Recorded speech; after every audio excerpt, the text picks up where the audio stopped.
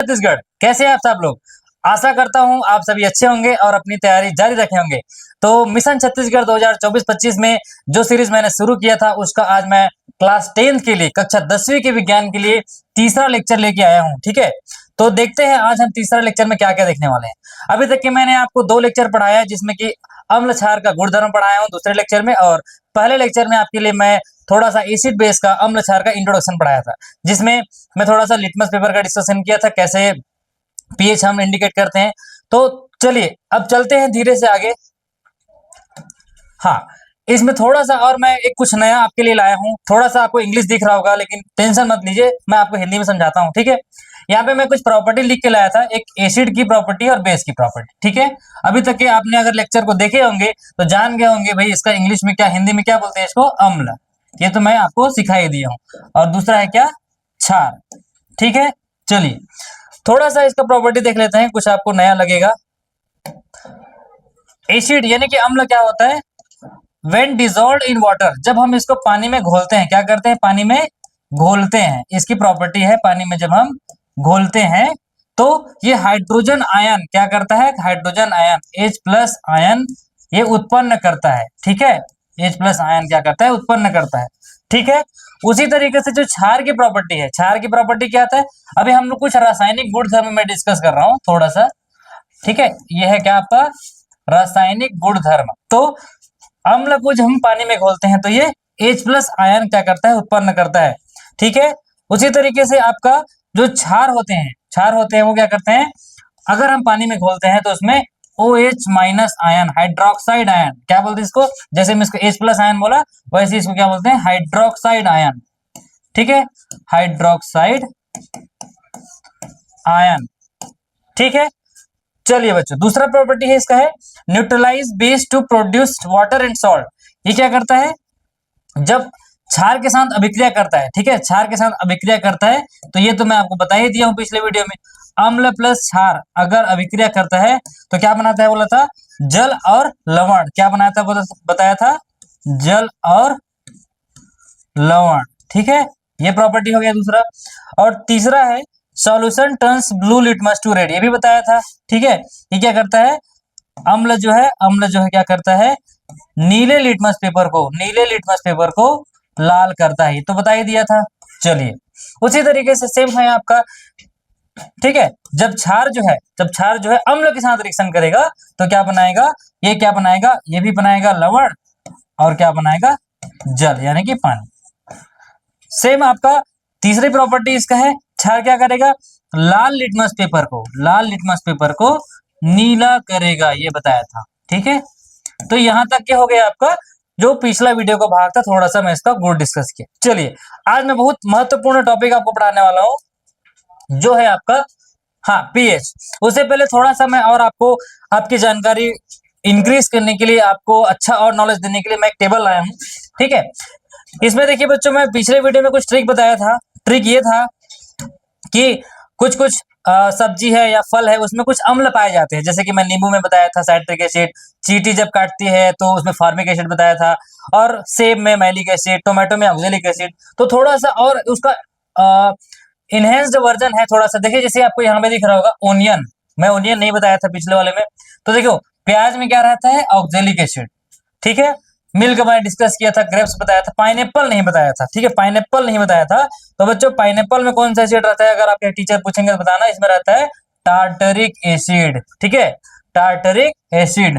ठीक है, इसका ट्रिक है, इसका ट्रिक कैसे, पाइन से ना पिन, ठीक है, और टी से ट्यू, पिंटू। ठीक है, आपकी क्लास में किसी का नाम पिंटू होगा तो याद रखना भाई, पिंटू मतलब क्या, पाइनएप्पल में टार्टरिक एसिड रहता है। ठीक है, चलिए पोटैटो, पोटैटो भी वैसे याद रखना है भाई। ठीक है, पोटैटो कैसे रहेगी भाई, वही भी है, ये भी है P T, PT, PT teacher रहते हैं ना आपका, तो पीटी, इसमें भी क्या है आपका, टार्टरिक एसिड है। ठीक है, चलिए जल्दी जल्दी बताते हैं इसको, आगे बढ़ेंगे फिर ज्यादा इसमें अपन को क्या है चलना आगे। ठीक है, कैरोट, कैरोट, कैरोट क्या होता है भाई, कैरोट में भी टार्टरिक एसिड है, चलिए ये भी याद हो जाएगा। CAT होता है ना, CAT, तो कैरोट में क्या, टार्टरिक एसिड, कैट मतलब बिल्ली। ठीक है, CAT, कैट मतलब क्या, टार्टरिक एसिड। चलिए थोड़ा सा मैं कलर चेंज कर देता हूँ इसका, अच्छा वाला, ताकि आपको दिखे ये। चलिए फिर आता है यहाँ, ये तो बताया था मैं, क्या टेमरेंट बताया था, इमली, इमली खट्टा होता है, टार्टरिक एसिड। हाँ ये नया आपके लिए राइस, राइस मतलब क्या, क्या होता है जी, चावल। चावल में भी एसिड रहता है, बिल्कुल रहता है। चावल में कौन सा एसिड रहता है, फाइटिक एसिड। ठीक है, तो चावल क्या होता है, जैसा ट्रिक याद रखना, चावल क्या होता है, पकता है। तो चावल जो है क्या होता है, पकता है भाई, तो फैटिक एसिड पास है। ठीक है, फिर सोयाबीन, सोयाबीन को भी हम पकाते हैं, तो इसमें भी फैटिक एसिड है। तो देखो दोनों में फैटिक एसिड है। फिर आता है आपका नारियल, जो खाते हो ना नारियल, कोकोनट। मैं इसका हिंदी लिख देता हूँ आपको, दिक्कत ना हो भाई, आप इंग्लिश मीडियम में पढ़ा रहे हैं, ऐसा नहीं बोलना है हमको, हम आपको हिंदी के लिए पढ़ा रहे हैं। ठीक है, तो बच्चों सीखते चलना है दोनों मीडियम। इसमें आता है कैप्रिक एसिड। ठीक है, सी सी, देखो ये भी सी है, ये भी सी है। फिर आता है क्या, एक फल है क्या, टोपियोका, उसमें क्या रहता है, हाइड्रोसाइनेमिक एसिड। ये विनेगर बताया था मैं आपको, सिरका, चाय पत्ती भी बताया था। और सॉफ्ट ड्रिंक, सॉफ्ट ड्रिंक जानते हो ना भाई, पीते हैं हम लोग, Coca Cola, Pepsi, Thums Up, Mountain Dew, ये सब क्या हमारे सॉफ्ट ड्रिंक है। जो उसमें क्या रहता है, कार्बोनिक एसिड, ये तो हमको पता है, कार्बन डाइऑक्साइड रहता है इसमें। तो कार्बन डाइऑक्साइड से क्या, CO2, CO2 गैस रहता है ना, जब पीते हैं तो एकदम से डकार आता है, आपने अनुभव किए होंगे। तो लास्ट है आपका पालक भाजी, स्पिनाच मतलब क्या, भाजी। और ये भाजी में भी आपका क्या रहता है, ऑक्सीलिक एसिड। चलिए ये तो हो गया थोड़ा सा आपका प्रीवियस क्लास का, थोड़ा सा आपका रिवाइजन किए। ठीक है, आज हमारा मुख्य टॉपिक था पीएच, जिसको मैं पढ़ाने वाला हूं आपको, क्या पढ़ाने वाला हूं, पीएच। ठीक है, ये है आपका पीएच। ये आपने अपने बुक में देखे होंगे, कहाँ पे, जब आप साइंस क्लास से साइंस की बुक ओपन किए होंगे, तो इसमें लिखा होगा कहीं पे पीएच लिखा होगा। तो ये क्या है, आज हम इसको डिस्कस करेंगे, पीएच को। इसको, इसका पूरा नाम है, आगे देखेंगे क्या होता है। पी का मतलब क्या होता है, पोटेंशियल, और एच का मतलब क्या होता है, हाइड्रोजन। तो यहाँ पे आपको दो डायग्राम दिख रहा है। ठीक है, दो डायग्राम। यहाँ पे क्या है, ये ब्लू लिटमस पेपर है, क्या है, नीला लिटमस पेपर दिख रहा है, नीला लिटमस पेपर। और ये कैसे दिख रहा है, लाल लिटमस पेपर, लाल लिटमस पेपर। तो मैं आपको ट्रिक में क्या बताया था भाई, अगर एसिड है, अम्ल है, अम्ल है, तो नीला लिटमस पेपर को, नीला लिटमस पेपर को क्या करता है बोला था, अगर आपको ये ट्रिक याद होगा तो बताओ, नीला बताया था, नीला। तो देखिए यहाँ पे चित्र में देखिए, यहाँ पे चित्र में देखिए, नीला लिटमस पेपर है ये, नीला लिटमस पेपर है ये, और क्या हो रहा है, लाल हो रहा है। उसी तरीके से आपका ये लाल लिटमस पेपर है, तो क्षार क्या करता है बताया था, नी, क्षार जो है लाल लिटमस पेपर को नीला करता है। ठीक है, तो देखिए यहाँ पे आपका लाल लिटमस पेपर है, ये पेपर देखिए, और इस क्षार के, उस क्षार में जब डूबा है तो ये नीला हो गया, देखिए नीला हो गया। तो ऐसे आपका ये क्या काम करता है, जो लिटमस पेपर है। चलिए ये ट्रिक तो हो गया। अब चलते हैं नेक्स्ट, थोड़ा सा नया टॉपिक आपके लिए आ गया, आयनाइजेशन। क्या है, आयनीकरण। ठीक है, या अपने प्रीवियस क्लास में, पिछले क्लास में बड़े बच्चों पढ़े होंगे आयनीकरण क्या होता है। तो चलिए डिस्कस करते हैं, इसको बोलते हैं ionization of acid and base, अम्ल का आयनीकरण। अब आयनीकरण क्या होता है, आयनीकरण का मतलब होता है, एक प्रकार से अगर हम मान ले, आपको सिंपल शब्दों में समझाएं, तो ये होता है टूटना। क्या होता है, टूटना। टूटना कैसे टूटेगा, जैसे यहाँ पे आपको दिख रहा होगा सल्फ्यूरिक एसिड का फार्मूला है H2SO4, दिख रहा है H2SO4। ये देखिए इसके अपने आयन में टूट रहे हैं, क्या क्या आयन से मिलकर बना था ये, सल्फ्यूरिक एसिड और आपका क्या, हाइड्रोजन। तो देखिए S2H अलग हो गया, S अलग हो गया। वैसे कैल्शियम हाइड्रोक्साइड क्या हो रहा है, देखिए अपने आयन में टूट रहा है, टूट रहा है मतलब क्या, जिससे मिलकर बना था वो उसे टूट रहा है। तो यहाँ पे कुछ लिखा है, एक वैज्ञानिक का नाम लिखा है, देखिए ये वैज्ञानिक है आर्हेनियस। आर्हेनियस वैज्ञानिक जो है 1884 में उन्होंने बताया कि ऐसा अणु, ऐसा पदार्थ, ऐसा अणु जो जलीय विलयन में, जलीय विलयन मतलब पानी में घोलने से धन आवेशित हाइड्रोजन तथा एक ऋण आवेशित आयन में वियोजित होता है। वियोजित मतलब क्या होता है बच्चों, टूटना, जो बताया ना मैं। हाँ, इसका मतलब होता है क्या, वियोजित, वियोजन। ठीक है, वियोजन हो मतलब टूटना। इसी प्रकार क्षार जो है, इसी प्रकार क्षार जो है जलीय विलयन में ऋण आवेशित यानी कि हाइड्रोक्साइड आयन और एक धन आवेशित आयन में वियोजित होता है। ठीक है, तो इसी वजह से आपके जो जलीय विलयन में, अगर हम जिसको बोलते हैं अपने घरों में देखे होंगे, नमक पानी में विद्युत का प्रवाहित हो जाता है, यानी कि जब हम अर्थिंग वगैरह डालते हैं ना, अर्थिंग करते हैं घरों में, तो वहां पे देखें नमक डाल देते हैं, नमक पानी। ठीक है, तो विद्युत का सुचालक जो है, विद्युत का चालन जो है अच्छे से होता है। क्यों? क्योंकि वहां पे आयोनाइजेशन की क्रिया होती है, आयनीकरण की क्रिया होती है। ठीक है, तो यहाँ पे लिखा है देखो, आयोनाइजेशन जो है मुख्यतः पदार्थ की विलयन में सांद्रता और उसके आयनों में वियोजित होने की क्षमता पर निर्भर करता है। कितना वो अपने आप को तोड़ रहा है, टूट रहा है, वो उसका क्या कहलाता है? आयोनाइजेशन क्षमता। ठीक है, तो चलिए, ये वैज्ञानिक का नाम याद रखना। वैज्ञानिक कौन है? आर्हीनियस। ठीक है, कौन से सन में बताया था? 1884 में, जब हम कोई पैदा ही नहीं हुए थे, तब से सब बच्चों आपको बता दिया गया है। ठीक है, चलिए, हाँ, ये आपका जो वैज्ञानिक है, ये है आपका भाई जो वैज्ञानिक बोल रहा था, हमारा महान आदमी, ये वैज्ञानिक। ठीक है, ये वैज्ञानिक है। चलिए, अब देखते हैं क्या इसका पूरा नाम देख लो। इनका पूरा नाम क्या है? Svante August Arrhenius. Svante August Arrhenius. 1859 से 1927 तक इनका क्या रहा? जन्म से मृत्यु तक का समय है। ठीक है, चलिए, ये कहाँ के वैज्ञानिक, इनके बारे में थोड़ा जान लो भाई। अगर पूछ दिया आपको तो थोड़ा देख लेते हैं। ये वैज्ञानिक है, कहाँ के हैं? स्वीडन, कहीं पे लिखा है। हाँ, देखो, स्वीडन के वैज्ञानिक है, स्वीडन। ठीक है, इन्होंने क्या बताया था? इन्होंने बताया था कि जो जलीय विलयन में अपने अवयवी आयनों में, अवयवी आयनों मतलब क्या होता है? जिससे वो मिलके बना होता है और वो विभक्त हो जाते हैं तथा यही आयन विद्युत का चालन करते हैं। उन्होंने अम्ल और क्षार के गुणों का H+ आयन, इसको बोलते हैं, बार बार हाइड्रोजन आयन, और इसको बोलते हैं हाइड्रोक्साइड आयन, हाइड्रोक्साइड आयन। ठीक है, इन दोनों के बनने के आधार पर बताया। मतलब मान लीजिए एक बीकर रखा है, यहाँ पे एक बीकर रखा है, और इसमें मैं कुछ पदार्थ डाला, इसमें कुछ पदार्थ डाला, और अगर वो H+ आयन या OH आयन में क्या हो जाते हैं? टूट जाते हैं। ठीक है, तो ऐसा पदार्थ जो H+ आयन में टूट रहे, वो क्या कहलाता है? अम्ल कहलाता है। ऐसे इन्होंने बोला। कौन बोला? ये वैज्ञानिक बोले। और अगर ऐसा पदार्थ जो OH- क्षार में टूट जा रहे हैं, मतलब OH- आयन में टूट जा रहे हैं, तो उनको ये बोले क्षार होते हैं। ठीक है, ये इन्होंने बताया। इसलिए इस बहुत अच्छा काम के लिए, बहुत बड़ा काम था, तो उनको एक बहुत बड़ा पुरस्कार दिया गया 1903 में। देखिए, 1903 में इसके लिए इनको नोबेल पुरस्कार दिए गए हैं। नोबेल पुरस्कार जो है विश्व का सबसे बड़ा पुरस्कार होता है। ठीक है, तो अलग अलग क्षेत्र में दिए जाते हैं। तो उस समय 1903 में इनको केमिस्ट्री के क्षेत्र में, रसायन के क्षेत्र में नोबेल पुरस्कार दिए हैं। किन? 1903 में। ठीक है, सोचो, ये उन्होंने जब बताया कि पानी में घोलने से जो हाइड्रोजन आयन होता है, वो अगर अम्ल होते हैं तो हाइड्रोजन आयन देते हैं, H+ आयन, और जो क्षार होते हैं वो OH- देते हैं। ठीक है, चलिए, अब थोड़ा आगे चलते हैं। हाँ, एक नया आपके बुक में, एक सिलेबस में एक नया टॉपिक है जिसको बोलते हैं ऑल्फैक्टरी ग्लैंड। मैं आपको थोड़ा सा लेट डिस्कस किया, लेकिन ये बहुत इंपॉर्टेंट है। जैसे मैं आपको बताया कि जो इंडिकेटर होते हैं, इंडिकेटर यानी कि जो लिटमस पेपर है भी इंडिकेटर है। एक नेचुरल इंडिकेटर बताया था मैं, हल्दी वगैरह जैसे कपड़े में लग जाते हैं तो हल्दी है, या पत्ता गोभी है, थोड़ा सा मैं डिस्कस किया था। एक नया टर्म्स है आपके सिलेबस में, और ये जानना जरूरी है आपके लिए, ऑल्फैक्टरी इंडिकेटर्स।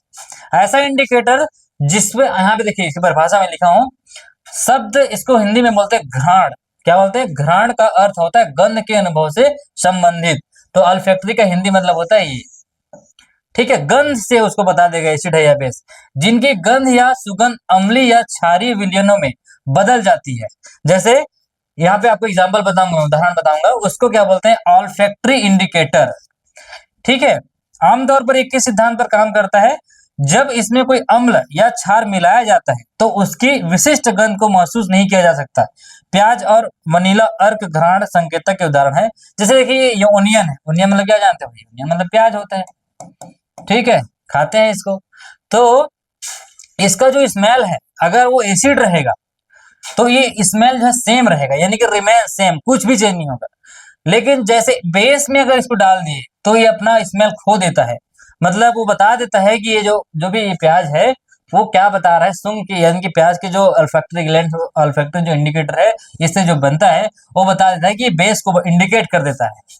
वैसे ही वनीला एक्सट्रैक्ट, वनीला आइसक्रीम खाते हैं ना, हाँ वही वाला है।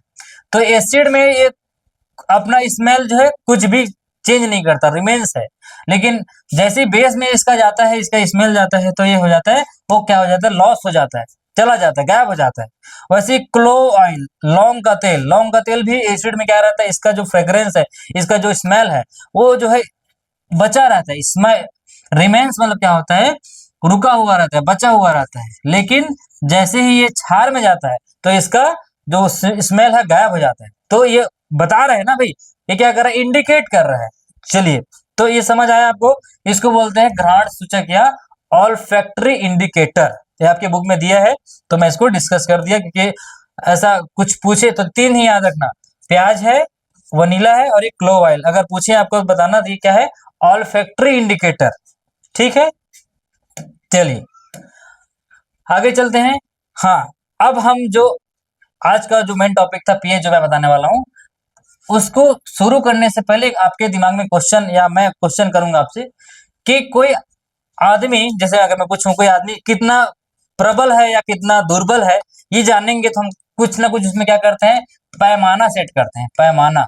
ठीक है, कितना ताकत है उसके पास, कितना लंबाई है, कितना चौड़ाई है। ठीक है, उसी तरीके से कोई जो अम्ल है, अम्ल और क्षार, अम्ल और क्षार जो है कितना दुर्बल है या कितना प्रबल है, ये जानने के लिए हमारे दिमाग में क्वेश्चन आया। ठीक है, अम्ल और क्षार विलयन कितने प्रबल हैं, तो उसको बताने के लिए एक और वैज्ञानिक आया। जैसे अभी आपको बताया कि वैज्ञानिक कौन था, कौन थे, आर्हिनियस। वैसे एक दूसरा वैज्ञानिक है, यहाँ पे आपको नाम दिखा होगा, लिखा होगा, एक सोरेंसन नामक वैज्ञानिक। कौन थे, सोरेंसन नामक वैज्ञानिक है, यहाँ पे लिखा देखो, सोरेंसन, हिंदी में भी लिखा है यहाँ पे सोरेंसन।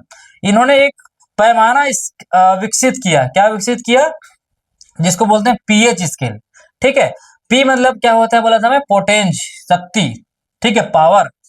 और उस आधार पर, अब ये स्केल किसके आधार पर चले भाई, कोई भी स्केल बना दिए तो उसमें तो कुछ ना कुछ आधार रहना चाहिए, सेंटीमीटर है, मिलीमीटर है, तो नहीं, सब ये उस सिद्धांत पे काम नहीं किया। इसमें क्या था, H plus ion, hydrogen ion और OH आयनों के आधार पर कितना H प्लस आयन, कितना OH माइनस, जो कि आपको बताया ना मैं, जो आर्हेनियस नामक वैज्ञानिक थे उन्होंने बताया कि H प्लस और OH माइनस जो है पाया जाता है।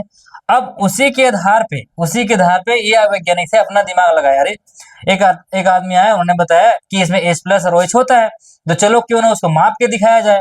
तो उन्होंने मापा और बताया कि एक पीएच स्केल बनाया। क्या बनाया, पीएच स्केल, जिसको बोलते हैं पोटेंशियल ऑफ हाइड्रोजन। ठीक है, पीएच स्केल बनाया। कहाँ के वैज्ञानिक थे, डेनमार्क के। पहले वाले वैज्ञानिक कहाँ थे, स्वीडन के वैज्ञानिक थे। ठीक है, तो यहाँ पे परिभाषा के तौर पे लिखा है, देखिए, अम्ल एवं क्षारकों की प्रबलता के अंतर को समझने के लिए डेनमार्क के वैज्ञानिक सोरेंसन ने 1909 में, ये पूछेंगे आपको बताना, 1909 में तैयार किया। क्या तैयार किया, पैमाना तैयार किया, जिसे पीएच स्केल कहते हैं। यहाँ पी का मतलब होता है पोटेंशियल, अर्थात दिए गए विलयन में हाइड्रोजन आयन की मात्रा कितनी है। कितनी है मतलब कैसे, आपको बताओगे थोड़ी कि एक जग है, एक गिलास है, उसको मापने के लिए हमने क्या बनाया, एक स्केल बनाया। यह पीएच द्वारा प्रदर्शित किया जा सकता है। पीएच स्केल से सामान्यतः शून्य, कहां से शुरू होता है, आगे मैं दिखाऊंगा। पीएच स्केल ये 0 से शुरू होता है और आगे बढ़ते जाता है, कहां तक जाता है, 14 तक जाता है, 14 तक, 0 से 14 तक, अम्ल से क्षारीयता की ओर जाता है। तो चलिए मैं स्केल आपको दिखा देता हूँ। यहाँ पे स्केल बना होगा आपके लिए, बेहतरीन सा स्केल। देखिए कैसे दिखेगा स्केल, देखिए भाई, 0 1 2 3 4 5 6 7, ऐसे आपका 14 तक है। अब इसमें आपको नंबर तो नहीं दिखेगा ऐसे भाई। अब पीएच स्केल क्या है, पीएच पेपर जो है, जो भी पीएच पेपर बना है उसमें नंबर तो नहीं है, लेकिन आपको कुछ तो दिख रहा है। क्या दिख रहा है बेटा, कलर देखिए, ये थोड़ा सा रेड है, फिर धीरे धीरे धीरे रेड गायब होते जा रहा है, येलो आ गया, ग्रीन आ गया, फिर ब्लू आ गया। तो यहाँ से आपको दिखेगा कि जो 0 से लेके 7 तक के अगर मान कोई कलर आता है, कोई रंग आता है किसी सॉल्यूशन का, किसी विलयन का, तो वो क्या कहलाता है, इतना देखिए, ये पूरा भाग आपका क्या है, अम्लीय भाग है। अम्लीय भाग मतलब अम्ल है। और अगर उस सॉल्यूशन में इस पीएच पेपर, ये जो दिख रहा है एक पेपर है, मैं आपको दिखाऊंगा।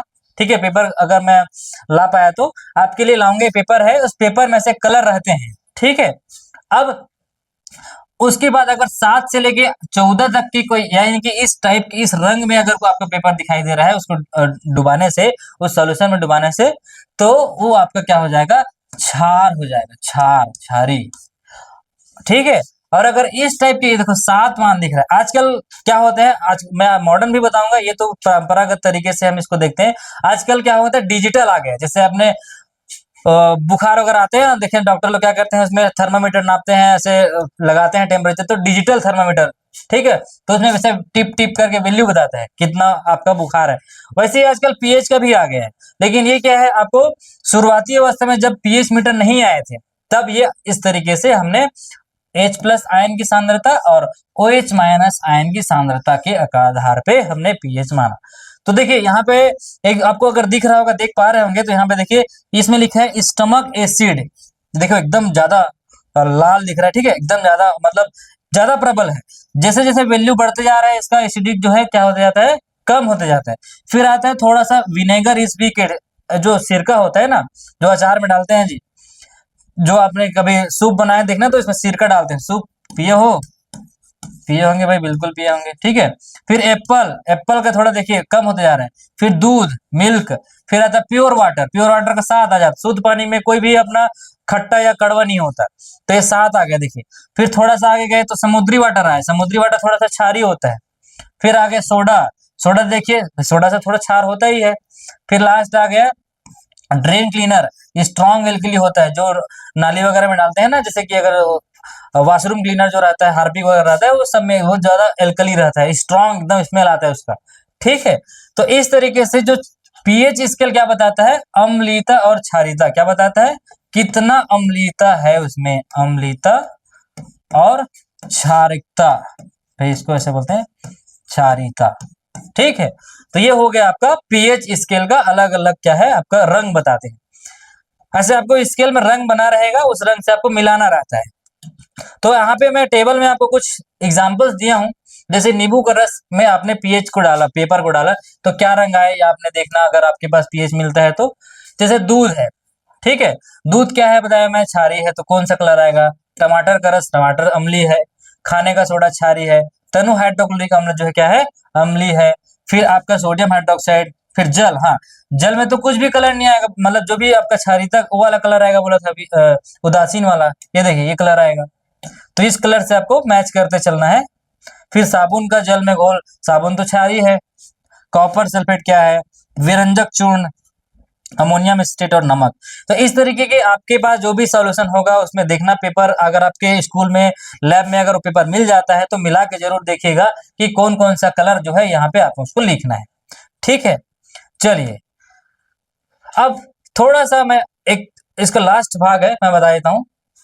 इसमें क्या है, अब भाई हमने देखा कि कुछ रंग परिवर्तन हो रहा है, क्या हो रहा है, रंग परिवर्तन हो रहा है हमारे पीएच पेपर से, ठीक है, रंग परिवर्तन। अब उसका कुछ ना कुछ तो वैल्यू आता होगा, उसका कुछ ना कुछ तो मान आता होगा।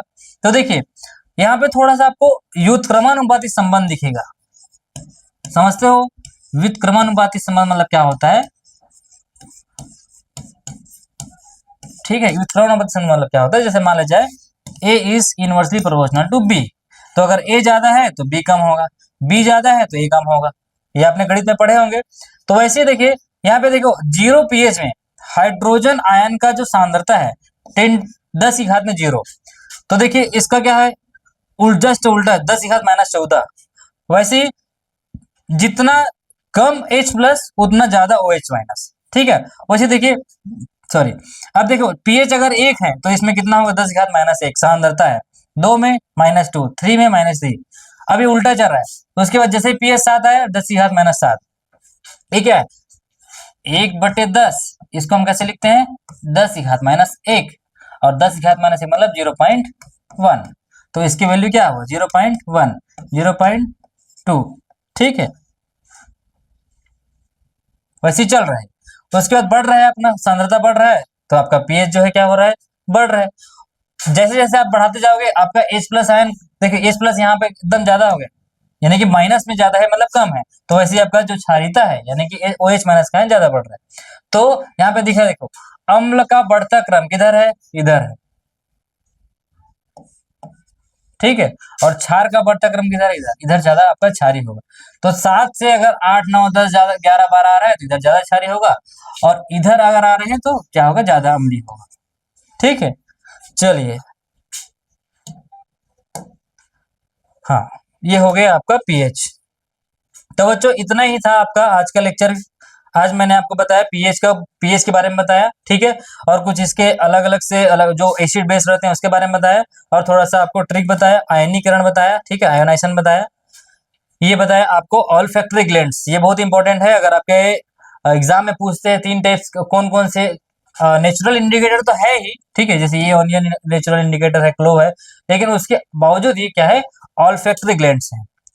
ठीक है, चलिए बच्चों, अब आपका क्लास का ये जो चैप्टर का थोड़ा सा लास्ट पार्ट बचा है, दैनिक जीवन में पीएच का महत्व, ठीक है, ये देखेंगे।